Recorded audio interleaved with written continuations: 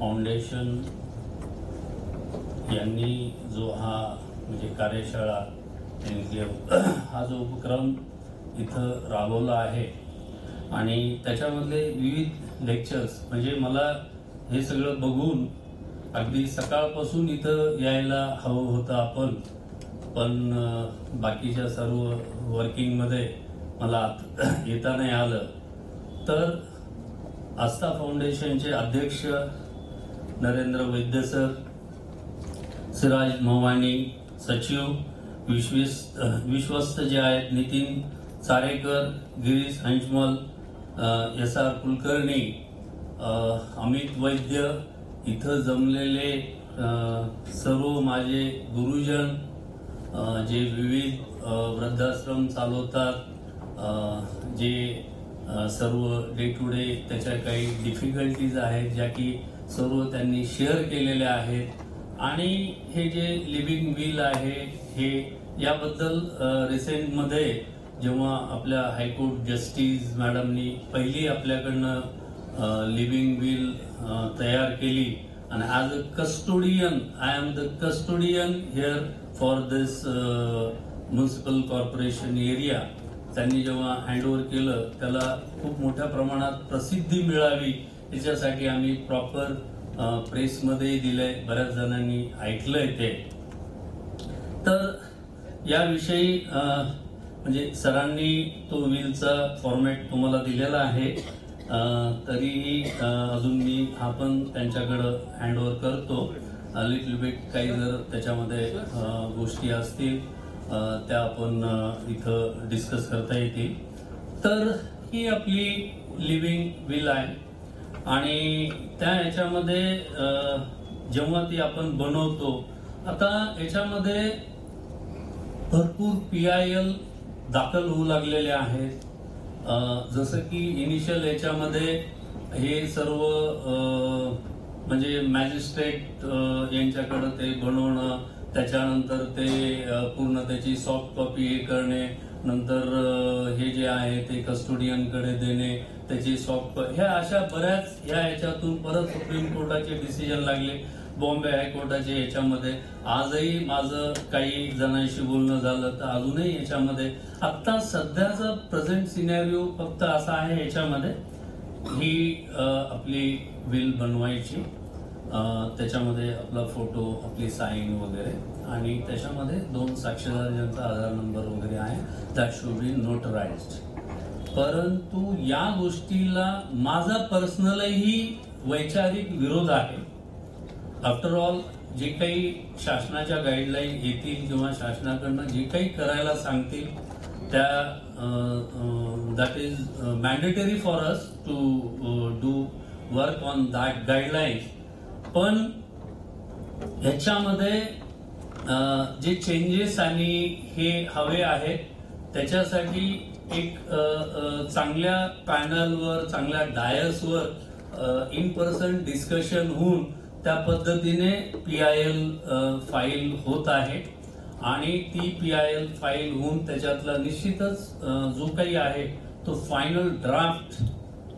म्हणजे आता एक साधं सांगायचं झालं की समबडी कोणी हे बनवलेली आहे आणि ती बनवून त्याच्यात ते आधार नंबर वगैरे नोटराइज करून त्यांनी ॲज अ कस्टोडियन म्हणून माझ्याकडे दिलेली आहे. ठीक आहे, मी ते माझ्याकडे रजिस्टरला घेईल, त्याची सॉफ्ट कॉपी मी माझ्या स्वतःसाठी मेंटेन करेल, त्याला मी लॉकरमध्ये ठेवेल, हे सगळं करेल.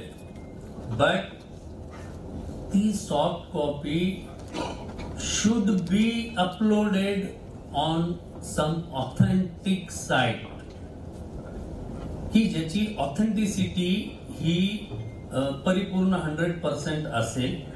अजून असं ह्याच्यामध्ये काही डायरेक्टिव्ह नाही आहेत. त्याच्यानंतर दुसरं अबाउट नोटरी करून देणे. आता सर्व तुम्ही म्हणजे वरिष्ठ आहात, तुमचा अनुभव माझ्यापेक्षा कितीतरी पटीने जास्त आहे.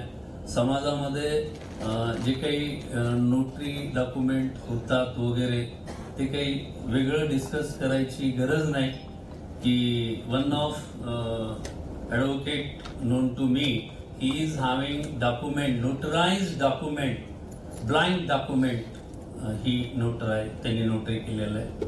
त्याच्यानंतर ज्यांचं घेणार आणि देणार हे दोघेही they were not present there at the time of notary. Notary झालेला आहे, लेटर ऑन काही कुठं साईन केलेले आहेत का नाही, म्हणजे तो विषय एव्हरीबडी नो. तर या ह्याच्यामध्ये मिसयूज होऊ शकतो, तसा होऊ नये. कुणी त्यांची विल केलेली असेल ती 100% ज्युनाईन,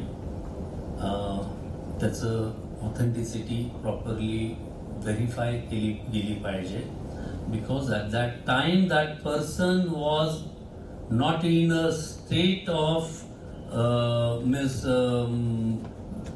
seeing, communicating or to express himself or herself, या कंडिशन मध्ये ज्यांनी केलेली विल आहे तो पर्सन नसतो, तर त्याची मनातली जी काही इच्छा आहे ती 100% त्यांनी जेव्हा कॉन्शियस ऑफ माइंडने, जेव्हा एकदम हेल्दी असताना त्यांनी ती बनवलेली आहे, ती विल त्या पद्धतीने त्याचं ते वर्कआउट व्हायला पाहिजे, हा ह्याच्या मागचा उद्देश आहे. पण ठीक आहे, ज्या काही पॉलिसीज बनतात त्यावेळेस फील्डमध्ये त्या इम्प्लिमेंट होताना 100% पॉलिसी मेकर जे काही आहे ते 100% सगळ्या त्या पॉलिसीज अशा बनवता येत नाहीत किंवा बनत नाहीत, की ज्या काही पॉलिसी बनल्या जेव्हा आपण त्या फील्डमध्ये इम्प्लिमेंट करतो, फील्डमध्ये इम्प्लिमेंट करताना त्याच्यामधल्या लॅक्युनाज आपल्या समोर येतात, त्याचे फीडबॅक दिले जातात आणि त्याच्यानंतर तो फायनल. तर असंच बरंच काही ह्याच्यामध्ये झालेलं आहे. जो काही त्या हॉस्पिटलचा मेडिकल बोर्ड आहे, त्या मेडिकल बोर्डाने डिसिजन घेतल्यानंतर परत ते कम्युनिकेट करायचं डिस्ट्रिक्ट कलेक्टर सरांच्या अंडर जो गव्हर्नमेंट ऑफिसरचा जो बोर्ड आहे त्यांना कम्युनिकेट करायचं.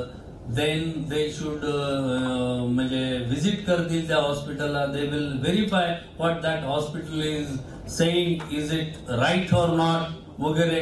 हे असं बरंच क्लिष्ट, ते सगळं फिल्टर करून प्रॉपर सॉफिस्टिकेटेड, ह्याच्यासाठी खूप टाइम जाईल.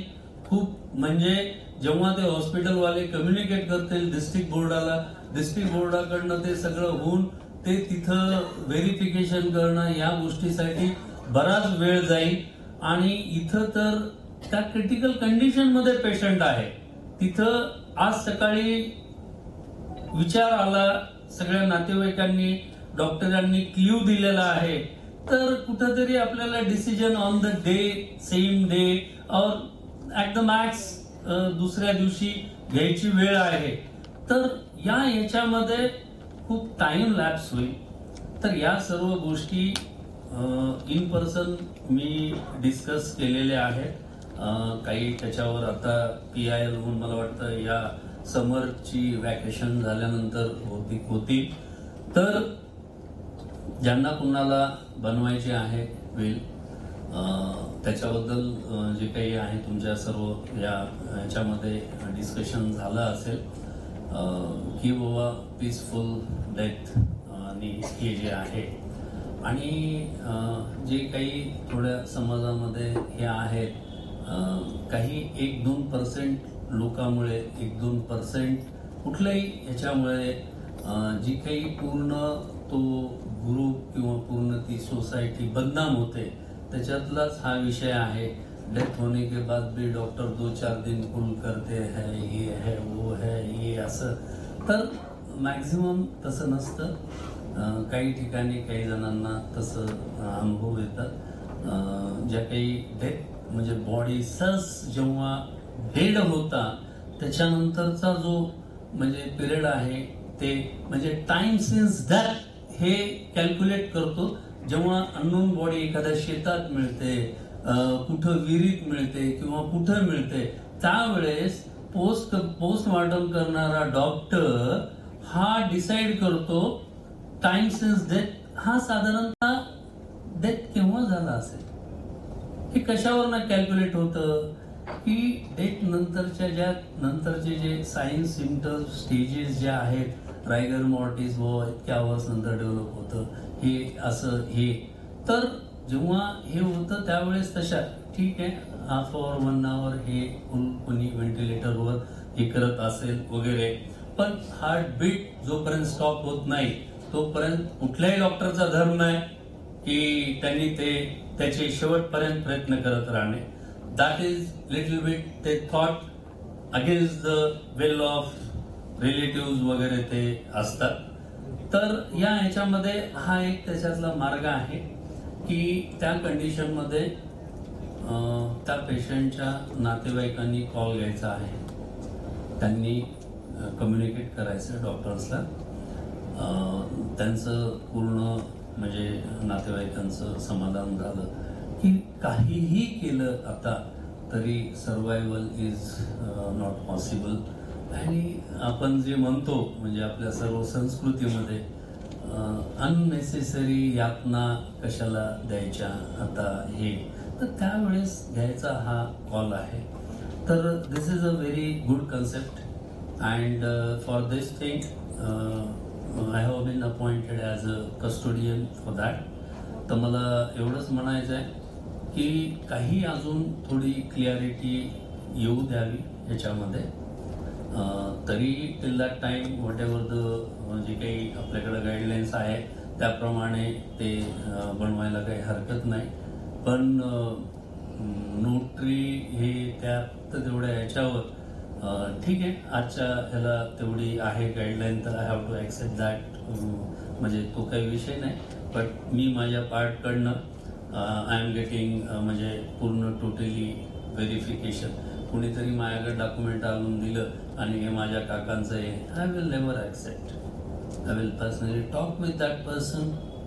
I will personally talk with the witnesses and the content of that document. I will explain to that person. Then that original copy will keep with जी डुप्लिकेट राहील त्यांच्याकडे त्या प्रत्येक पेजवर माझं स्टॅम्प आणि सही असेल. उद्या 10 वर्षांनी 20 वर्षांनी म्हणजे इंडियाच्या कुठल्याही कोपऱ्याला कुठेही त्याची म्हणजे ती ऑथेंटिसिटी 100% जुळायला पाहिजे. जरी काही गोष्टी आज कागदावर आपल्याकडं ॲज अ ह्याच्याप्रमाणे आलेल्या नसतील तरीही that we can do it. तर त्याच्यावर म्हणजे 2 दिवस झालं सर्व काही तुमचं खूप चालू आहे. बरंच विचारमंथन झालंय. मलाही काही इनपुटची गरज पडली तर तुमच्या सर्व मान्यवरांकडनं मी पण त्याच्यामध्ये इनपुट घेईल. आणि एवढ्या चांगल्या मंचावर एवढ्या सर्व विचारवंतामध्ये मला येण्याची संधी प्राप्त करून दिली आस्था फाउंडेशनच्या वैद्य सरांनी. त्यामुळे मी मनापासून शतशः मी त्यांचा आभारी आहे आणि धन्यवाद व्यक्त करतो. जय महाराष्ट्र.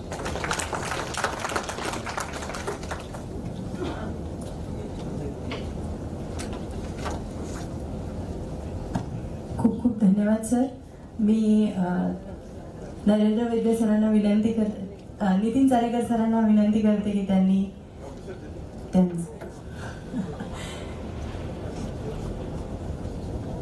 एक्सचेंज प्रोग्राम बरा झाला.